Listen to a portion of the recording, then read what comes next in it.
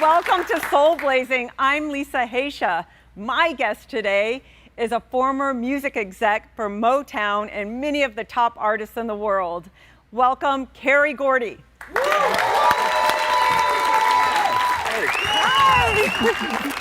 It's good to see you again. Oh, it's so great to see you. Yeah. So, God, Motown, there's so many stories, so many things I want to touch on. Well, just touch on them all. Yes. But I have to say, you finally brought the soul into the blazing. Oh, Okay. thank you. Anyway. Yeah.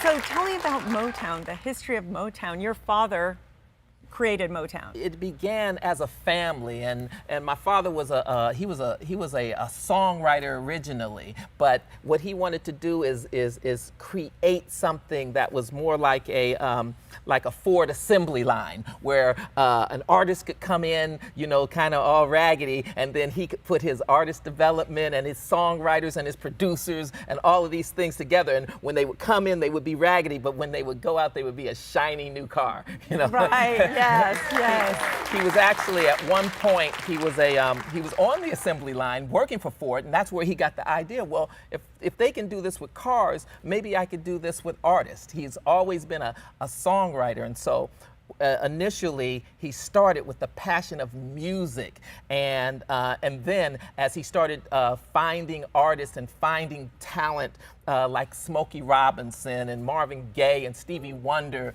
and Dinah Ross. Yes, and in case you guys don't know, his father is Barry Gordy. Barry Gordy, yes.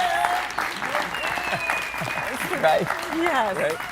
So what was it like living at that time as a kid, growing up with all these superstars around you? You were like a royal family. Well, Motown was a kingdom, and it was perhaps the only black kingdom in America at the time. So growing up Motown, I was a prince. Yes. And everybody looked up to the people that were our subjects. Yes. Say. So our subjects were Dinah Ross, Stevie Wonder, Michael Jackson, Lionel Richie, Rick James, the Four Tops, the Temptations, right? And so those people looked up to our family when all of the people in the streets and normal people out there looked up to them. Yes. So my life has been kind of an embarrassment of riches and fun, and just it's been the most amazing life anybody could ever imagine having.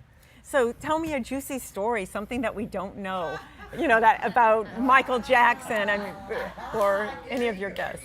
Well, okay. Well, first of all, I have 1,000 stories about everybody. Mm-hmm. A juicy story about Michael Jackson. Did his father really abuse him? Well, okay, put it this way. Michael, his father was a strict disciplinarian, and they had to rehearse when they had to rehearse, and if they got things wrong, they might be at the end of a slap on the back of the head or something, right? So the fact of the matter is that he created a level of excellence in his family where they had to do stuff right, they had to rehearse. And I used to be scared of Joe when I was a child because I always felt that there was a potential that I could be assaulted, right? but you know, he always respected me.